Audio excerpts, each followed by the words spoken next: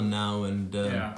So for anybody watching, I'm Casey, or Nomadic Casey. I've been here since beginning of April. Came here like with an expectation, like this is what I'm gonna do, or this is what I want to do. You know, I was like, okay, I want to do medical and evacuations and things like that. And there was no help. Just me getting here, laying some groundwork. I had some friends that were coming, and we were supposed to work together and we do this, but they were like a month behind me. So I was like, okay, I have a month to do all of this and meet people and just kind of figure out what's going on. And, you know, I met other people, just the way that you meet people here. You walking down the street talking English and you hear someone else speaking English and you're like, hey, you know, like we're friends now. And, yeah, sure. You know, made a connection that helped me get some gear for an army unit from Helsinki, you know, guys that are just helping out and just doing medical supplies, transportation, humanitarian. Where was this you met them? Well, I met everybody starting in Lviv. As we all do. Yeah, as we all do, until we know better. And then I went up to, the guy I was working with, we'd get a lead. That's what we call it. Is like, we get a lead and we're going to follow it. Mm. Good or bad, you need to go and check. You need to talk to people. Otherwise, it could be something great, or it could be like, okay, well, this is a big waste of time. Thank you. I'm out of here. Yeah. And then we went up to Lutsk for a couple of days, and that turned out to not be a favorable situation. Beautiful city, but it wasn't a favorable group to work with, so we left. And I mean, we just kept ending up back in Lviv, and then we had some opportunities to go up to Kyiv, and we finally were like, okay, well, we're going. And we didn't understand the situation that Kyiv was safe. You know, we were like, okay, you know, is there, like, do we need to, just like everybody else, like, do I have to show up in armor? You know, like, what am I going to do? And finally, we just were like, you know what, whatever. We drove across country up to Kyiv, and it was like no one there. It was wonderful. Yeah. I don't like crowded cities. I don't like crowds. It was wonderful. It was a beautiful city. You got to see everything, and we met some good people. We had a good work opportunity, but we knew that we had our other guys coming in soon, so we couldn't stay in Kyiv.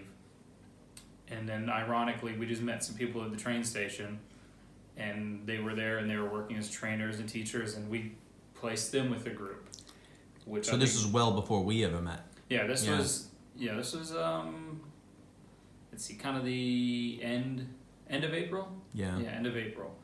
And so a lot of just spending too much time in Kyiv, or not Kyiv, in Lviv. And then I ended up back there again for another month. So April and then May I was in Lviv.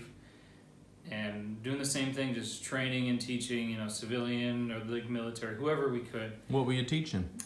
Everything I could. A lot of tactical medicine, you know, your March, your TCCC, or if people can't keep track of March, you know, then I cut it down to ABC, you know, or like an MCAB where you specifically, you know, massive bleeding airway, you know, breathing and then circulation again. So you get that reassessment, but focus on the tourniquets is the biggest thing. And well, what was your background before you came here?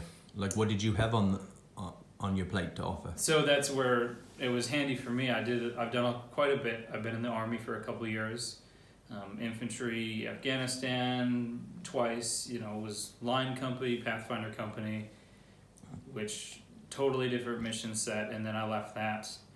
And I got to work diplomatic security for a couple of years. Mm-hmm. And then I was a driver gunner for the first almost 2 years of that. And then the last 8 or 9 months I finished up my schooling, and I got to work as a medic with diplomatic security. And, yes. And I fell in love with, even though we didn't do anything with the diplomatic security, I fell in love with the learning, the medicine, and doing everything. And then when I left diplomatic security, I started working in an ambulance. It wasn't a good service, but I liked the work. And then I got on with a freestanding ER in Texas, and I worked there for 2.5 years, and there was probably like 3 bad days, and that was even through COVID. Like 3 bad days in 2.5 years worth of work. I don't think a lot of people can find that sort of just passion in what they do. Sure. And and then as I started seeing the conflict was going on, they were bombing hospitals and schools, and I was like, okay, that's not right. You know, there's a valid target. Your ammunition dump, valid. You know, your base, that's valid. But you start messing with schools and hospitals, Women and kids. yeah, that's a different. That hits a different way, and I knew a lot of people were going to be medical and they were going to be leaving, and because if you're a doctor or you're a nurse or you're a medic, you can do that anywhere in the world. And I got here and I was like, that's what I want to try to bring to the table. And I had started training the guys on just the tactical medicine, and then when the reports started coming about what was happening in Bucha, one of the guys was really like not mentally there, and I was like, hey, are you okay? You know, like you're usually like really motivated, you know, really ready to do this. And he's like, have you seen the news about Bucha? I was like, yeah, you know, I mean, that's horrible. Like we're gonna find out worse things, but you know, we're trying. And he was like, I had family up there, you know, and I was like, that's it. We're training tactics. You know, you're in the army. You're gonna go fight at some point. You need to have all the tools in your chest. And I kept training with those guys, and they're phenomenal. You know, just salt of the earth, regular guys, and then finally they were like, hey, we got some mobilization orders, and I was like, cool. I will literally go with you to work as a medic. And then we hit kind of the new legal hurdles that we keep running into. Yeah. Where, you know, they're like, well, you're not Ukrainian, we can't enlist you, you can't go as a volunteer. And it's a really like black and white when you're in the western part of the country, but then when you get to the eastern part of the country, there's a lot more gray, and Yup. a lot more gray, and it's a little easier to do things. And then I got on with, I left them and checked out 2 different options, and 2 turned into 3. And I ended up working with the Hospitallers for a month. Yeah, that's where we met when you came back to Kyiv. You showed up and you were like, I'm tired, I'm Brandon, we'll talk later. Yeah, I remember I just come off rotation. Yeah, and then I did a rotation down in Pisky outside of Donetsk. And that was interesting. I saw a lot of good things, you know, that are going on. I really thought the Ukrainians were going to be a lot further behind than they are, but it's still further behind than they could be.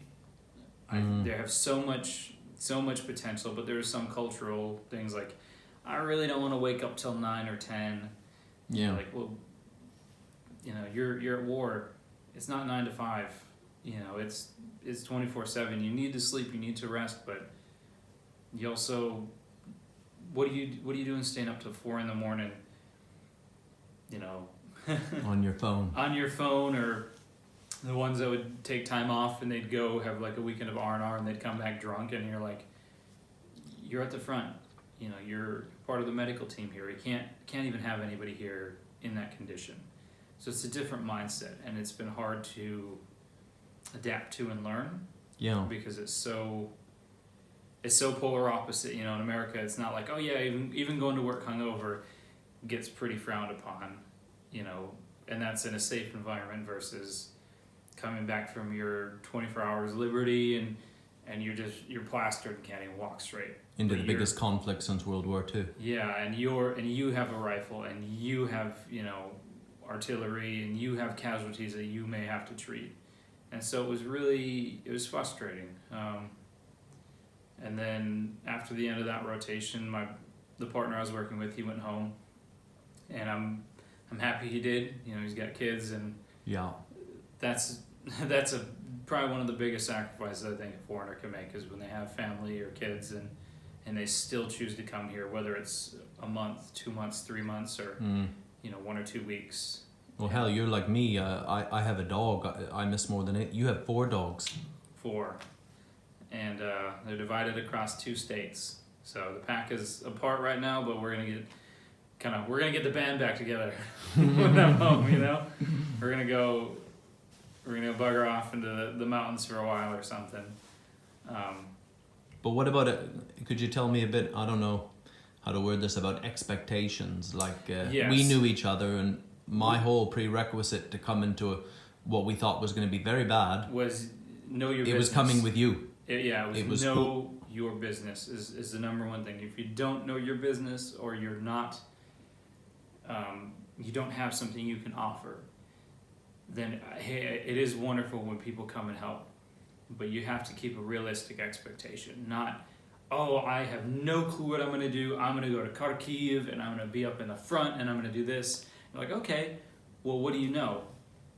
I was changing tires last week, and you're like, no, that's not the place for you. You can find things to do. Like we met Stu, mechanic, you know. Amazing. A phenomenal guy, no military, nothing like that, and he found work, but he didn't try to do more than what? Hour from the front, vehicles come to him. Mm-hmm. He can come to vehicles. He saved our life. Yeah, saved our bacon there. Just an alternator, but still, we didn't have the tools or anything for it. But if you do have a skill set and you come here, be ready for them not to use it. Because yes, I can teach tactics and I'm sniper qualified with a deployment in that role. But the medicine, that is all that's all they've cared about, truly, at the end of it all. Mm-hmm. If you have even like a March certification, like a class or a TCCC class, or you're an EMT basic, you have something that is infinitely valuable, and that's kind of your, in a way, kind of your free pass around the country. If you can help out with anything medical, and sometimes it's dumb, like putting tourniquets on, but you'd be surprised how many soldiers you toss them a tourniquet, of any kind, and they kind of look at it like, where do we put this? Yeah. They got the rubber band ones, and they're like, what do you use this for? Is this for exercises? And you're like, no, that's so you can put it on. They haven't gotten that level of training, and they don't have people that are willing to be like, hey, this is vitally important.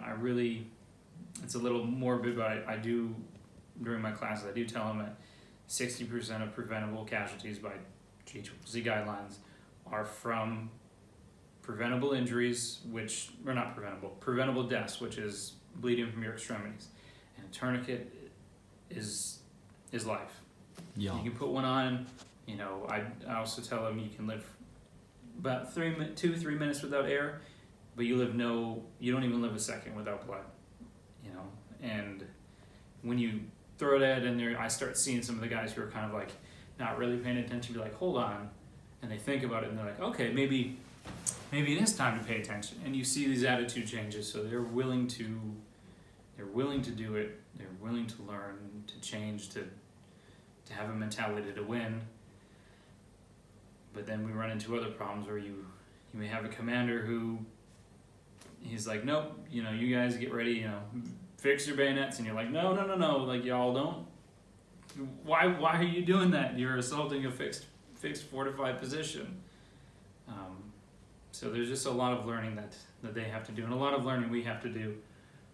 And I was told one of the surgeons, I didn't get to directly work with him, but I got to talk with him. He reminded me to change things for the positive that you can change and should be changed, not just because you think they can be better. Yeah. And to give up your personal control and accept the things you cannot influence or you cannot change. And the context for that was we were talking about medicine and dealing with trauma, but it stuck with me, and I've spent the last month and a half, coming up on 2 months, just thinking about that every day. Is like, what is a positive change that I can do that needs to be done? Yeah. Just because you can make something better for somebody, doesn't mean you need to, like, we've encountered some people, Bible thump of like, judge. No, that doesn't help them. No. If it's not your place to change it, it's not your place to change it. But if you see guys that are given, example, we had one casualty, he was pretty critical but stable, breathing 12 times a minute, 55 heart rate, tourniquet secure, unconscious, gag reflex intact. It was okay. He was going to be okay. And I looked over as we were doing the Kazovac, and the Ukrainian medic is pushing some meds. And I was like, what do you do? Whatever. We have to get out of here. It's like shelling. It is an actual Kazovac. And we get back, and then before I could talk to him, they already handed him off. He's in the ambulance, and whoosh, he's gone. With no handover card, No advice of handover what drugs card, he'd had. Nothing, absolutely nothing. Like we suctioned his airway. Just here you go. Here's a casualty. Yeah, and they waited until we suctioned the airway, and he got one good breath in, and he was, and that was the moment where I was like, he's good to go. He's gonna be all right. And then about 10 minutes later, they called us and like, hey, he died, and coming from the West, I'm like, okay, we're not pointing fingers, but what led to his death? Because he was stable, critical but stable. Why did he die? And we asked the medic, we were like, hey, I was like, what did you give him? They said, well, we gave him 200 milligrams of ketamine. And I was like, hold on. He was already unconscious. Why? What is your protocol for medication? And they, well, we don't have any. And I was like, what do you mean you don't have any? You guys are the medics running these people. It's like, okay. And I sat there and I was like, all right, well, that would explain why the guy went in, when he went into his breathing rate slowed down and he ended up going into cardiac arrest. And we talked to their medics and we're like, okay, what did you guys do? And these were the guys in the ambulance. I said, well, we knew we had to intubate him, so we gave him 100 milligrams of ketamine, and then we intubated him, and then his heart stopped. And in my mind, I was blown away. I was like,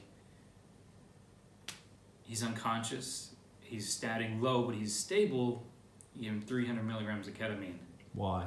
You OD'd him. A pain relief when he's unconscious. There's no indication for it. You OD'd this guy, you killed this guy, and it still hurts my heart because I'm like, how many other people did that happen to? Mm. How many people never had that question answered? And so that was one of those, is like, okay, well, positive change is like, well, first off, from now on, nobody is giving 2 vials, no one is giving 200 milligrams of ketamine to anybody. I don't care if it's a horse, a person, or an elephant. We're not doing it. And they were not happy about that, but I said, well, do you have a protocol? And they said no. I said, well, then here, this is some TCCC guidelines. This will be a good starting place. And then you talk to your medical director and you revise it to yours. Some were receptive and some really weren't. But that was, again, positive changes that need to happen. But, they were pouring betadine on everything and they weren't irrigating things. I'm like, well, betadine doesn't help if you don't irrigate an injury. Yeah. Or maybe they're just leaving that to the surgeon. So, yeah, they could improve, but it's not my place. So changing the things that you can and should be changed for the better. And then the things that you can't or shouldn't be, because I'm growing to love it here a lot. Yeah. And it's not a friend, it's a lover. You can't explain why. Yeah, it's just something inside you're like, man, because before I started working with you, I had a low motivation point. Like I was ready to go home. And then you were just kind of like a toxic relationship. You're like, hey man, I got one more to go. We could just do this one last thing. And I was like, yeah, okay. And I'm at the same thing now where, we're not going to be working together in the next couple days. We're gonna see each other before we go or after, but hey, that one more thing, and right or wrong, I'm just like, I need to do it. I want to do it. I don't know why. I don't know what's telling me or driving me, but inside I know it's got to happen. Well, you're going to Kyiv now to see what can happen and potentially be part of something bigger and better. But within, just like you said, you can't control everything. You can't change everything, but you might have a chance to be part of something. Yeah. A real machine. To do that difference, that little bit of difference, and you help one person. It's just like smiling at people on the street. Ukrainians here don't smile. They don't smile at anybody. But you keep smiling at everybody, and they all think you're crazy. And then there's this one old lady. She sees you smiling, and you're like Dobry den, and you're smiling, and she just lights up, and you can tell that it made a difference. And there's different levels of that in life, and that's what I want to keep doing and keep giving is my best, because maybe it doesn't help everybody, but if it helps one, it's worth it. That's right. 100%. And I've been lucky working with you, getting to see a different mindset, see more of the humanitarian side, not just the training and the medical, but the other aspect that's going on here. Well, we didn't expect that. We came here as a Kazakhstan team. We thought we were going to Have we done one Kazakh? No. I mean, I kind of treated that guy's head. They were going to staple him. He didn't need staples. No, he didn't. He did not. Well, they had the gun ready. They were ready. They were locked and loaded. But I mean, that's that freestyle shit, that we didn't know what we were coming to, but we were prepared. We were prepared better than ever. But with the most minimal supplies we had, it ended up being some civvy evacuations, and that was cool too. Yeah, and that was a good feeling. Eye opener. The mother and son that we did, seeing like the little boy, he didn't get it, but like seeing the mom like get out of the vehicle, and then just it was like like the soldiers, they take out their vest and they're like, oh, yeah, I saw that with her, that just energy release. And yeah, she's a young mom, and that young boy would have been what, 5, 6? Yeah, 6. I mean, maybe 7 if he was a little guy. But she was, you could tell just the level of relief, and that was worth it. Yeah. 100% worth it. And I think that's what it is you finding those things that you think are of value, and then you determine whether they are truly valuable. Like, I could probably run a okay sniper program for a unit, but they don't need that here. They need people to be reminded to put in NPAs, to put on chest seals, to put on tourniquets, to cover up injuries, to not give 300 milligrams of ketamine. Don't, to stop, to actually do something. So I came here with the mindset of what can I do for Ukraine? And I pushed that for too long, and that's kind of what kept me in Lviv longer than I should have been, is what can I do? I want the situation to just be so favorable, in my favor, this and that. And finally I hit a point where I was like... You wanted a NATO mission parameter, an ops order, and contingency. It doesn't exist. No. For anybody who's out there who's thinking, I'm going to go to Legion, I'm going to go join this or that, it doesn't exist like that. Because the first thing that happens is, as everybody knows, you boots on ground, your plan doesn't work anymore. If you are watching this and you do think about actually coming here, I ask you just have a mindset of, what does Ukraine need from me? And it could be teaching people how to put tourniquets on, even if you're not a qualified instructor. It could be, like Stu, fixing cars for guys that are going and doing humanitarian work. It could be those guys that are military. And not trying to like, the money, I don't need anybody's money, I'm doing just fine. But maybe it's more beneficial to, hey, I'm going to take $20 out of your paycheck. Just give it to somebody. Vet who you're sending it to 100%. Don't send it to me, because I like steak. Yeah. But don't send it to me, but send it to somebody who's actually trying. And those little bits, they add up, because what was the exchange rate today? 38.5 per US dollar. And I bought what would have been like almost $30 of groceries for like $10 the other day. Yeah. And that could feed some people at a checkpoint. That could feed a family for a couple days. You don't know what they need, so you have to be ready to give whatever they need, and you don't know that until you get here. That's true. That's one of my biggest frustrations. People telling me, I want to send this. I want to send dog food. I want to send a friend of mine that I knew for years. I want to send dog food to Ukraine. How do I do it? And I chewed him out. It's like, number one, I'm getting shelled at 800 meters with 3G. You can Google that yourself, and you haven't offered me a penny. And I used to drive your drunk ass home, but no one asked for that. Yeah. Yeah. But and I'm sure that there's groups that they could run lists. I would caution when you get to some of the larger groups that are doing work here. I'm not going to name them because they'll probably throw me out of the country if I did that. Very close. Just because they're saying that they need body armor and plates and plate carriers, they don't all, they're not great, but they make plates here that stop the bullets. Yeah, they're heavy. Okay, well, you're going to be a strong boy. You felt my plate carrier. I run steel plates. They're not ideal, but you know what? They're going to do the job. You know, don't be worried about that. Don't be worried about sending macaroni and pasta. So I'm kind of like in my personal life. I don't actually give a lot of gifts. I'm like, okay, this is the budget I have here. You know what you need, because charity. Maybe you need to pay your phone bill this month, and me giving you a new Apple Watch band, it doesn't do you any good, because you're like, well, I can't pay my phone bill. But if I give you the money and somebody looks at it and makes a responsible decision and says, yes, I can pay my phone bill, which means I can FaceTime my kids, I can make it to work, I'm not without,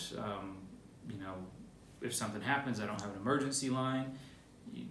That's more beneficial. And that's something I think that we're too selfish in the West of like, I want to give this, I want to give that. There's some things that I think they should flood in here, like eye gels, good IV catheters, not the goofy ones they have here. Yep. Things like that I think should be flooding in here. But with those self-locks, like the good stuff. Yeah, the good stuff. We often get the stuff from the West that they don't want anymore, and they can just write it off because it's a hospital corporation. The monitors that we have, we got monitors, and the hospital we went to yesterday, they were like, yeah, these are newer, and we're like, these are from like 2013, and this one, according to the last medical inspection, is about 2 months out of date, and there's no cables for them. Like, what good is your defibrillator without reusable paddles, because you can't keep using the same ones over and over, without any electrodes, without any cables? Thank you, but you might as well just crap in my boots. If you don't want it, well, we'll take it, but then it might not work. Or you put a new level of stress. We're driving all over Eastern Ukraine, contacting people, calling people, stopping places just to find electrodes for a 3-lead. Where you could have sorted that in your home country and said, hey, wait three more days, order us the little accessories, add the other 10%, then we could have got the 100% instead of 0%. Yeah, instead of well, this is a nice gesture, is what it comes down to. Or if you're dead set on, hey, I wanna buy tourniquets. Mixed feelings on this, and somebody's probably gonna get mad. Yeah, everybody loves the high grade cat tourniquets or the soft tees or this or that, but if you can only afford like 7 of them, don't get 7. Get 40 of the cheaper ones, which probably will break at some point, but then everybody can have 2, because maybe that one holds and he's got to use a spare one on a buddy. It's a volume versus quality in some aspects. I've had to tie even a good tourniquet above a tourniquet before, like a cat. So I mean, it's I'm mixed on that one myself. Yeah, and some will crucify us for it, but that's all right. I'm willing to die on that hill, because I'd rather have it and not need it. Or if it breaks and it fails, yes, that's a terrible feeling, but that's why we're training them to put on tourniquets faster and more efficient, So even if they snap that windlass, it doesn't matter. They got another one, boom, boom, boom, boom, boom, and they're ready to go. Tell me this, you've been here now. Coming up on 5 months, yeah. Yeah, Jesus. Have you been here longer than me? Pretty much. I was here early March. First days of April, so almost as. That's okay. It's not 5 months. Your math sucks. Yeah, my math sucks, but That's not 6 months. But so anyway, we got all April, May, June. You're right. Yeah, but it seems like a lifetime here, doesn't it? It does, man. It seems like a lifetime. I can dose people with medications. I can't count the days of the week. Yeah, tell Keep me my priorities right. Like I just found out today was Friday about an hour and a half ago.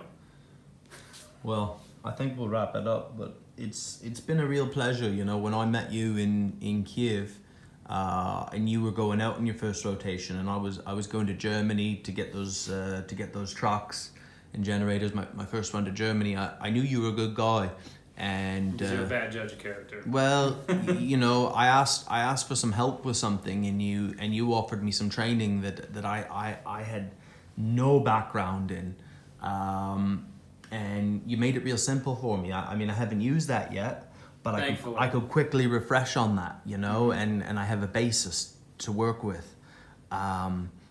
And that was a big thing coming into the unknown to Kramatorsk with you. It wasn't what we were going to do, it was who I was going to be with, and you know, we have managed to do some good there. We've also sat around and waited a lot. Did a lot of swimming. Yeah, but yeah, I'm just grateful. So hopefully when you're back in the AO again, we can, after you finish what you do in Kyiv, we can see each other and it'll be what it'll be. I appreciate it, mate.